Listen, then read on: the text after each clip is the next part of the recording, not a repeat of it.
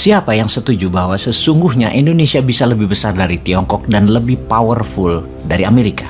Siapa yang ketika pertanyaan ini diajukan menyalahkan bahwa Indonesia tidak akan mampu karena pemerintahnya korup dan masyarakatnya apatis, masyarakatnya tidak punya kemampuan, juga mengatakan Indonesia tidak akan bisa maju dengan memberikan banyak alasan lainnya. Anda yang mengatakan hal tersebut dinamakan kaum penuduh, blamer. Bagi para blamer, ahli penuduh dan ahli penghakiman, silahkan Anda melakukan apa yang menjadi keterampilan Anda, bahkan beberapa pakai ayat untuk menuduhnya. Tapi bagi New Mind, tetap tidak akan terpengaruh demi membuat semua orang memahami arti bernegara yang benar dan menyadari kekuatan Indonesia sesungguhnya berada di atas Tiongkok dan berada di atas Amerika. Kita tahu bahwa sampai pejabatnya saat ini pun terbelenggu langkahnya karena begitu terkagum-kagum dengan Tiongkok dan dengan Amerika, hingga otak dan tindakan mereka menjadi sangat takut dan manut dengan dua negara tersebut. Yang ditiru adalah perintah dari dua negara tersebut, bukan sistem yang positif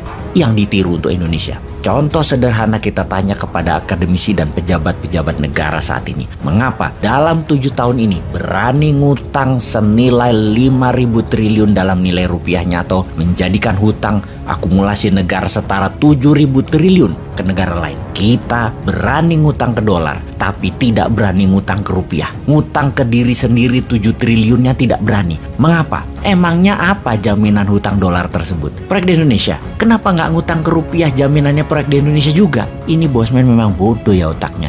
Ilmunya cetek kali ya, sehingga sulit memahami hutang dolar senilai 7.000 triliun adalah yang benar, bukan hutang ke rupiah ke negara sendiri yang terbenar. Atau pejabatnya memang ngerti bahwa kita bisa ngutang ke rupiah, bisa ngutang ke diri sendiri, tapi karena ada doktrin di kepalanya, ada benefit apalah gitu untuk dirinya, atau ada pemahaman yang dipropagandakan sudah masuk ke kepalanya hingga hutang dolar tidak bisa ditawar lagi. Hutang dolar adalah wajib. Sehubungan dengan itu, setelah kita sering menceritakan ancaman dari pinjaman hutang proyek dari Tiongkok, kita akan mendiskusikan tentang Amerika sekarang. Amerika dan Tiongkok memang fasad atau tampak muka rumah mereka didesain terlihat keren, mewah, anggun, mengagumkan, dikelilingi satpam dengan senjata lengkap, dengan segala macam fasilitas yang ada. Kita dibuat kagum dengan fasad dan eksterior Tiongkok dan Amerika tersebut. Halaman depan rumah kedua negara tersebut keren, namun di dalamnya atap jebol, saluran air mampet, pengap, dan banyak keburukan lainnya yang tidak diketahui ada di sana. Banyak yang berpikir kemewahan ada di dalamnya.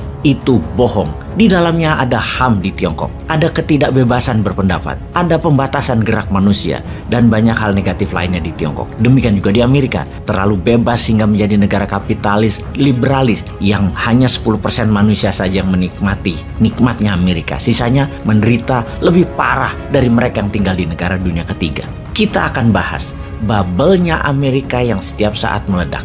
Kita bahas agar kita mendapatkan pemahaman bahwa sesungguhnya untuk membuat Indonesia menjadi negara nomor 1 adalah sekarang masanya. Kita akan membahas 7 hal yang membuktikan bahwa Amerika hidup di dalam bubble yang siap meletus dan dibungkus dengan American movie, yang dibungkus dengan American song, dan dibungkus dengan American politician yang mengatakan bahwa Amerika adalah the greatest country in the world. Sekali lagi, kita fokuskan perkataan bubble yang dibungkus. Namun kenyataannya ada 7 masalah serius yang terjadi di Amerika sejak dulu dan sudah mendekati puncaknya untuk meledak saat-saat ini. Untuk itulah video ke depan kita akan membahas 7 alasan yang membuktikan bahwa Amerika bukan the greatest country in the world. Siapa yang mengatakan Amerika negara terbesar di dunia? Yang mengatakan adalah diri mereka sendiri, klaim mereka sendiri, sistem mereka sendiri dengan dibungkus oleh film Hollywood utamanya. Film seperti Top Gun, Transformer, American Sniper, Pearl Harbor, Independence Day, semacam itu mengagungkan kekuatan militer Amerika dan mensahkan kekerasan Amerika. Film Hollywood juga membingkai cara dunia melihat bangsa lain. Film Hollywood